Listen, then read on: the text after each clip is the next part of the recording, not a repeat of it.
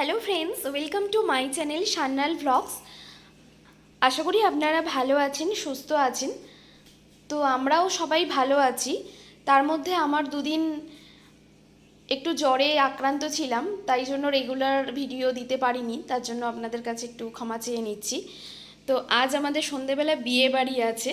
তো বিয়ে বাড়ি যেহেতু সন্ধেবেলা বিয়ে বাড়ি যাব, আজকে বেশি কিছু রান্নাও করছি না। তো আজকে ভাত করে নিচ্ছি, আর ভাতের মধ্যেই কৌটো করে ডাল সিদ্ধ দিয়ে দিয়েছি। আর একটু আমি আজকে পকোড়া বানাবো। তো আজকে এই পকোড়ার রেসিপিটা আপনাদের সঙ্গে একটু শেয়ার করব, আপনারা সঙ্গে থাকুন। তো চিকেন পকোড়ার জন্য আমি এখানে একটু বড় সাইজেরই মুরগির বুকের মাংসগুলো নিয়ে নিয়েছি। আপনারা এর থেকে ছোট ছোট পিসও চাইলে কেটে নিতে পারেন। তো আমি একটু বড় বড়ই পছন্দ করি, চিকেন পকোড়াগুলো বড় বড় খেতে বেশ ভালো লাগে। তো সেই জন্য আমি বড় বড় করে পিস করে নিয়েছি। তো এর মধ্যে এখন আমি লেবুর রস দিয়ে দেব।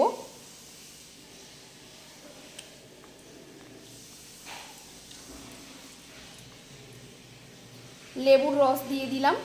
এবার তার সঙ্গে আমি একটু রসুন কুচি দিয়ে দিচ্ছি। আমি এখানে পেঁয়াজ ডুমো ডুমো করে সাইজের পেঁয়াজ কেটে রেখেছিলাম, দিয়ে দিচ্ছি।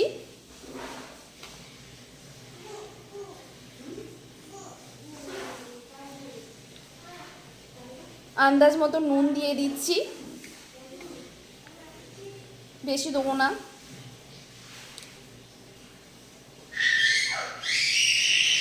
এখানে গোলমরিচের গুঁড়ো দিয়ে দিচ্ছি, গরম মশলা গুঁড়ো দিয়ে দিচ্ছি। আপনারা এখানে চিকেন পকোড়াতে কাঁচা লঙ্কা কুচিও দিতে পারেন, কিন্তু আমি এখানে কাঁচা লঙ্কা কুচি দেব না, কারণ আমার বাড়িতে ছোট বাচ্চা আছে, তাহলে সে খেতে পারবে না। আর আমার বাড়িতে যে ছোট বাচ্চা আমার ছেলে, ও চিকেন পকোড়া খেতে খুবই ভালোবাসে। তো এবার আমি তেল আর ধনে গুঁড়ো অ্যাড করে নিচ্ছি। ধনে গুঁড়ো আমি এখানে তেলের জন্য আমি অলিভ অয়েল ব্যবহার করছি। আপনারা যে কোনো অন্য সানফ্লাওয়ার অয়েল বা ইভেন আপনারা রিফাইন তেলও ব্যবহার করতে পারেন আপনাদের পছন্দ মতো।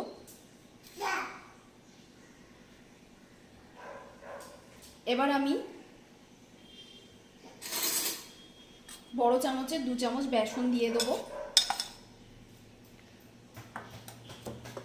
আর কর্নফ্লোরের প্যাকেট নিয়ে এসেছি। কর্নফ্লোরের প্যাকেটও থেকে 2 চামচ কর্নফ্লোর দিয়ে দেব।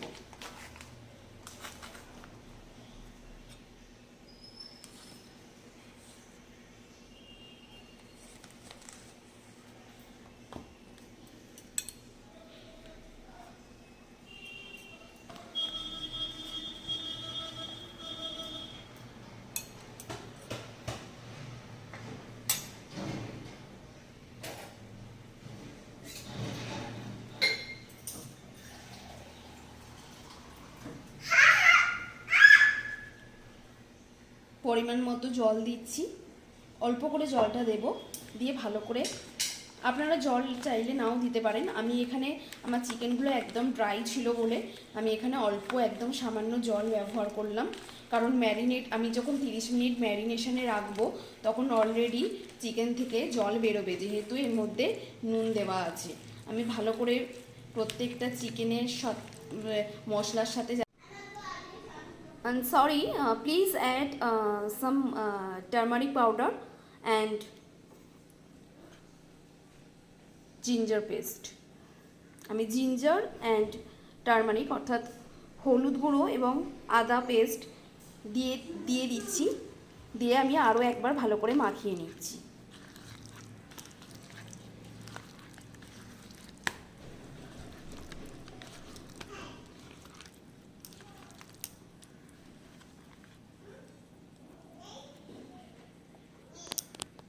থার্টি মিনিটস ম্যারিনেশন করে রাখবো। 30 মিনিটস পর আমি ফিরে আসছি।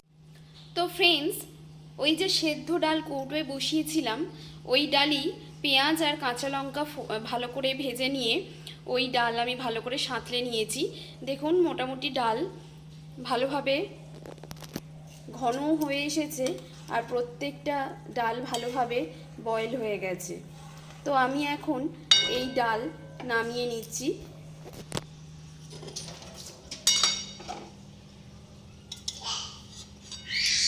এই গ্যাসেতেই আমি এখন পকোড়া ভাজার জন্য কড়াই নিয়ে নিয়েছি। এই কড়াইতে আমি তেল দিয়ে দিচ্ছি। নেচারল্যান্ডের রিফাইন্ড সানফ্লাওয়ার অয়েল আমি এখানে ব্যবহার করছি।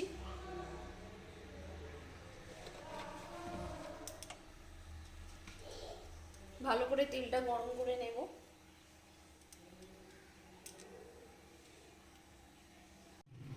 তো 30 মিনিট হয়ে গেছে। আমি পকোড়াটা যে ম্যারিনেশন করতে দিয়েছিলাম, ম্যারিনেশনের পর এরকম দেখতে লাগছে। তো আমি এখন প্রত্যেকটা পকোড়া এইভাবে তেলের মধ্যে ফ্রাই করে নেব।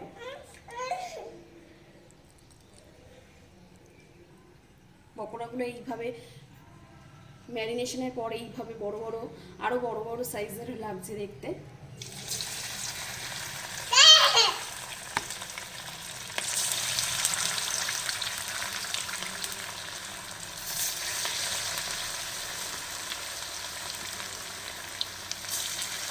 এইভাবে পকোড়া বানালে আপনার বাড়ির বাচ্চা এবং বয়স্ক প্রত্যেকেই পকোড়া খেতে পারবে।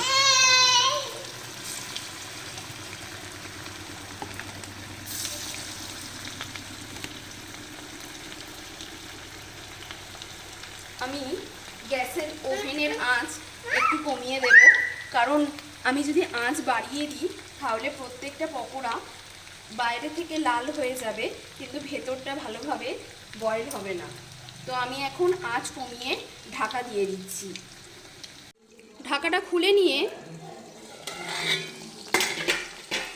আমি প্রত্যেকটা চিকেন পকোড়ার এপিট করে উল্টে নিচ্ছি। ওয়াও, কি সুন্দর লাল লাল হয়েছে দেখতে, দেখুন। আপনারাও এইভাবে বড় বড় সাইজের চিকেন পকোড়া বানান, আর সঙ্গে যদি থাকে একটু কফি তাহলে তো আর কথাই নেই। কিন্তু আমি আজকে যেহেতু আমাদের বিয়েবাড়িতে যাওয়া আছে, আমি তাই দুপুরেই এটা বানিয়ে ফেললাম। আমি এখনও আরও 2-3 মিনিট ভালো করে ঢাকা দিয়ে কম আঁচের মধ্যে আরও ফ্রাই করে নেব। 2-3 মিনিট পর আমি ফিরে আসছি। 3-4 মিনিট হয়ে গেছে। 3-4 মিনিট পর আমি আবারও ঢাকা খুলে দেখে নিচ্ছি চিকেন পকোড়াটা আমার রেডি হয়েছে কিনা।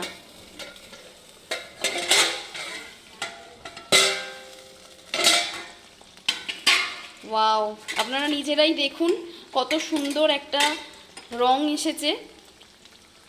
তো আমি এখন ভালোভাবে দেখে নিচ্ছি পকোড়াগুলো ভালোভাবে ফ্রাই হয়েছে কিনা।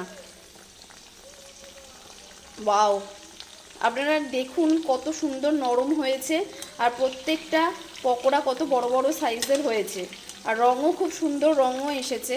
তো আমি এখন এই পকোড়াগুলো এক এক করে আমি একটা থালার মধ্যে তুলে নেব।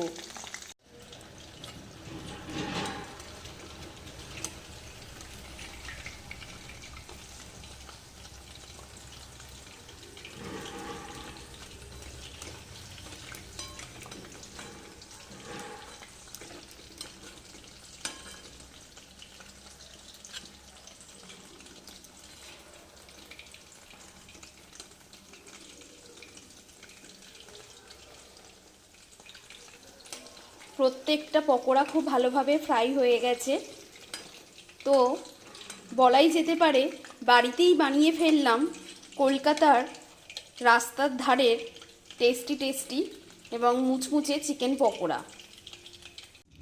তো ফ্রেন্ডস, গরম গরম মুচমুচে চিকেন পকোড়া তো আমার রেডি হয়ে গেছে।